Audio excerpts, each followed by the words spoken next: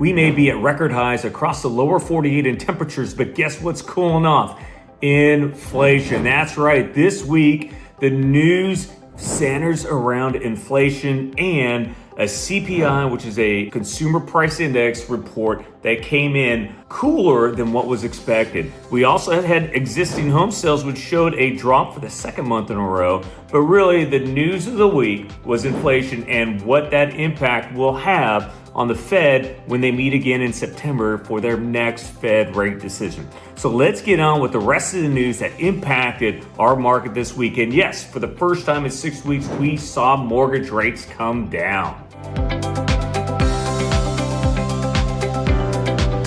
On Tuesday, we had the existing home sales report. This was from the National Association of Realtors, and it showed a 1.7% drop. We'll kind of break that down in another slide. But in June, and cut down to 4.06 million annual, we need somewhere near 5 million to meet the demand. So not enough existing home sales and not enough new home sales to make up for that loss because we're just not building enough homes. That said, we are still up 0.7% from 1 year ago as buyers really are adjusting to what the new normal in mortgage rates is. On Wednesday, we had the CPI report come in. That is the Consumer Price Index. Headline inflation rose just 0.1%, and the core held at 0.2%. It was at 2.4% annual for core inflation. And really, what that did for September rate hike odds lowered it from over 80% the previous week down to around 38%. So really good news. Thursday, we had CPI's big brother or little brother, if you might say, the PPI, which is the producer price index or the wholesale inflation.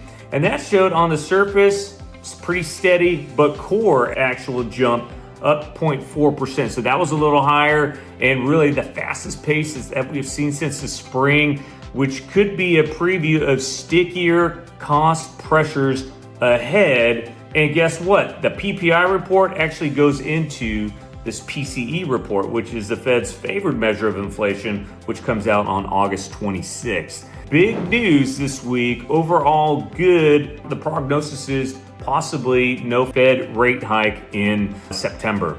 Mortgage rates, again, they finally clicked down. We'll get into a better breakdown of that, but that was good news finally. Good news for the housing market.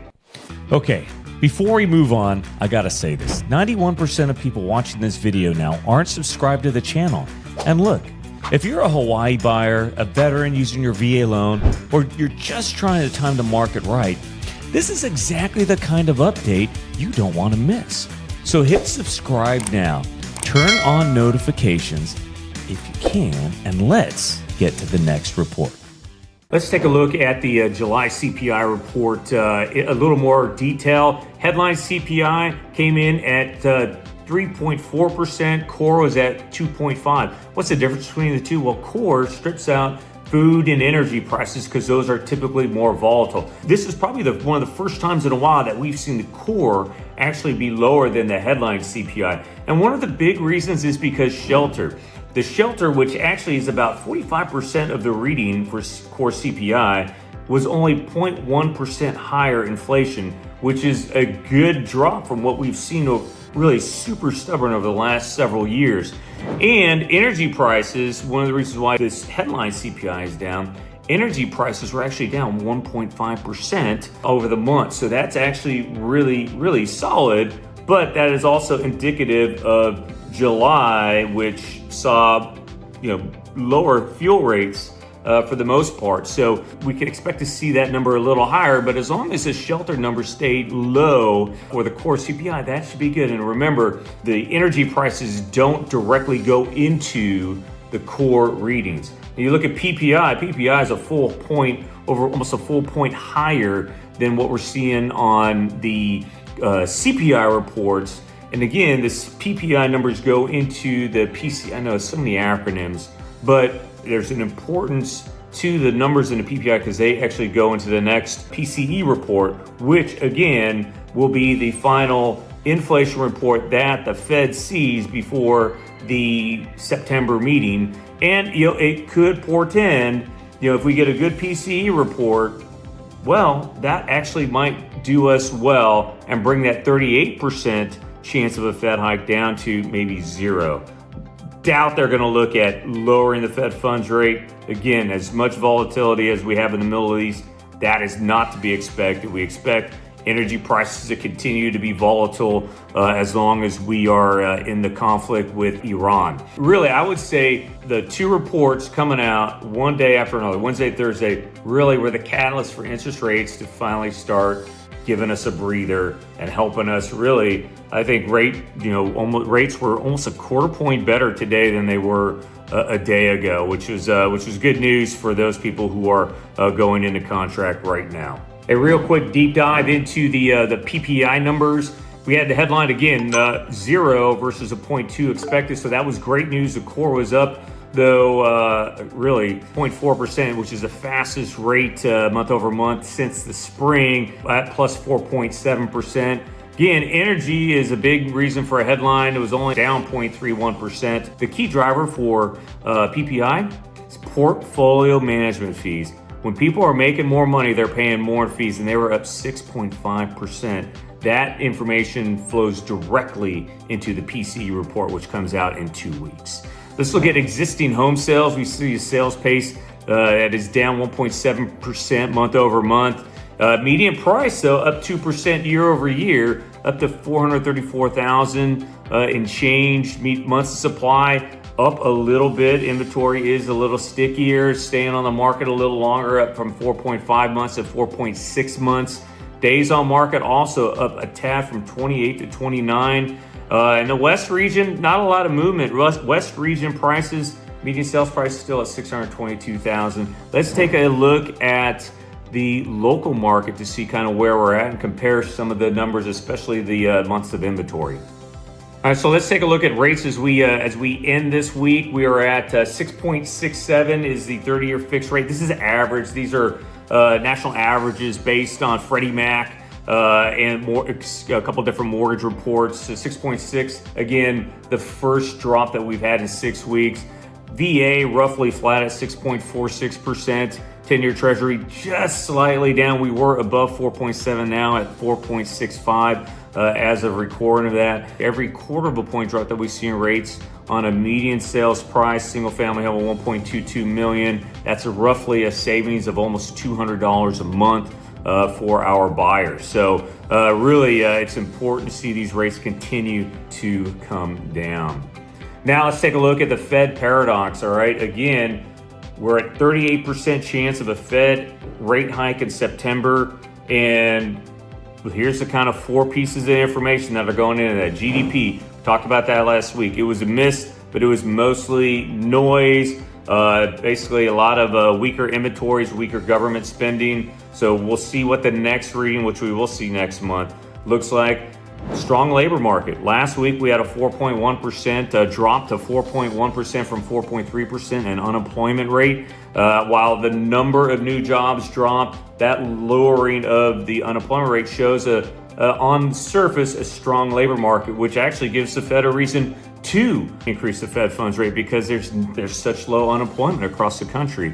July CPI, very tame. If it had come in hot, and again, this is the last CPI and PPI report that we see before the Fed meets in September.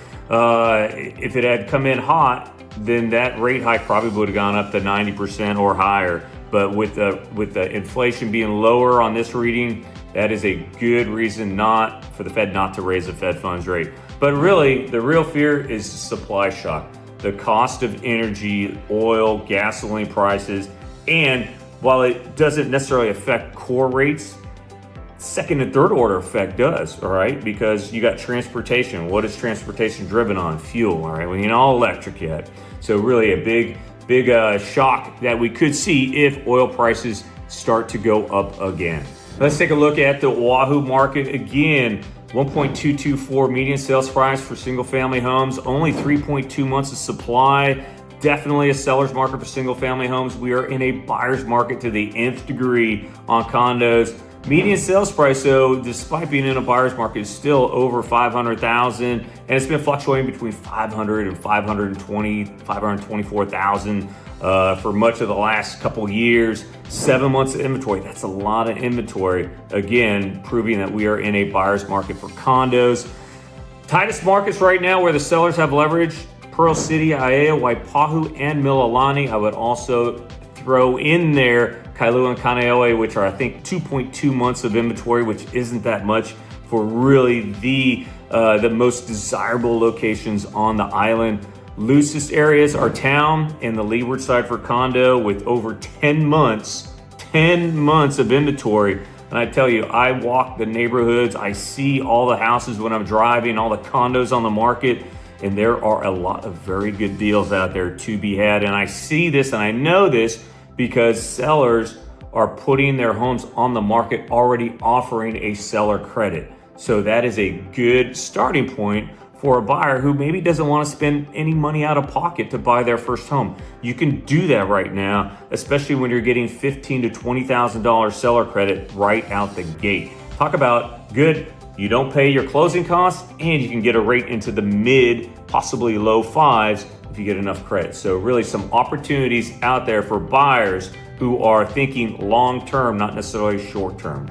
So with all of this negative talk about the housing market, why would anybody buy a home? Well, that's a good question. And here are 4 reasons why somebody should consider buying a home. First, build wealth. That's right. Home ownership helps you build equity for your property as your property value grows. And Oʻahu single family prices are up 13.9% year over year. The average is between 4 to 6% year over year appreciation across the island, whether it's single family homes or condos. You build wealth over time. You build zero wealth when you rent. All right. You create stability, knowing that your rent is not going to go up. And trust me, rent goes up, especially in Oʻahu. It's hard to buy a home. It's even harder to rent a home because there's such low inventory of rentals. And let me tell you, the opportunities in base housing, actually, I don't even call it an opportunity. And there is an opportunity lost because base housing has gone downhill. I keep seeing reports on mold in properties, on Schofield, and certainly in Joint Base Pearl Harbor Hickam housing. The Hickam side housing has had mold issues for years. You also have the water problems. To me, base housing is no longer a viable option for most military members. And if they're not going to go into base housing, they got to rent. You may get a lower price, but guess what? The interest rate on renting is 100%. You get none of that back. All right. You get to own your space. Hey, I tell you, if you have pets and you're trying to rent, well, heck, you might have to go into base housing because there aren't a lot of renters that allow pets on the market. I know out here in Oʻahu, for my rental properties, I don't allow pets. I want to protect my property, and pets don't care. They don't care. They may be the nicest animals, but they don't care about the value of my home. All right, and then 4, invest in your future. Again, 83% of millionaires' wealth is in real estate. All right, the net worth of homeowners is over $250,000. The net worth of people who rent is about $6,000. That's a big difference. If that doesn't convince you that you should buy a home now, man, I don't know what will. And maybe you're not ready to buy a home, but you should get yourself in a position at the first opportunity you have. Don't buy reckless, buy smart. You do that by working with the right people. And trust me, if it ain't right, I'm going to tell you. That's how we work over here at the broker. But those are 4 really good reasons to buy a home right now. I get this question a lot, and a lot of people don't want to ask for help because they're ashamed. Maybe they got a lot of high debt. But one of the questions I get is, will paying off my credit cards before applying for a mortgage help? Yes, it will. But if your credit score is already good and you're just trying to really get the DTI down, you may not want to pay down your credit cards. You might want to talk to your lender and pay those credit cards off at closing, which will lower the DTI, which is an option. But the key, I think, is talk to your lender to come up with the best plan of action. Because you might say, I'm going to pay down this $20,000 credit card debt that is charging me $600 a month, but I got this $1,000 or $3,000, $4,000, $5,000 credit card that I'm paying $500, $600 a month on.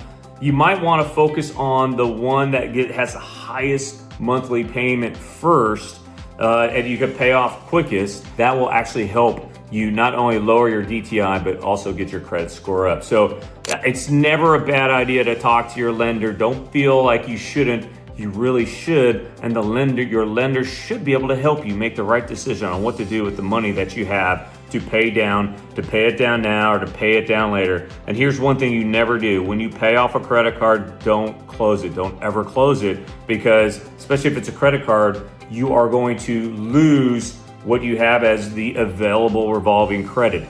Matter of fact, you don't want to pay off your car, all right, right before you buy a home, because when you pay off a car loan, that loan closes. What happens to your interest? What happens to your credit score? Your credit score drops, because now you have a lost ability or lost amount of credit or credit available to you. So you don't want to pay your car off before you buy the home. You want to pay it off as part of the closing process.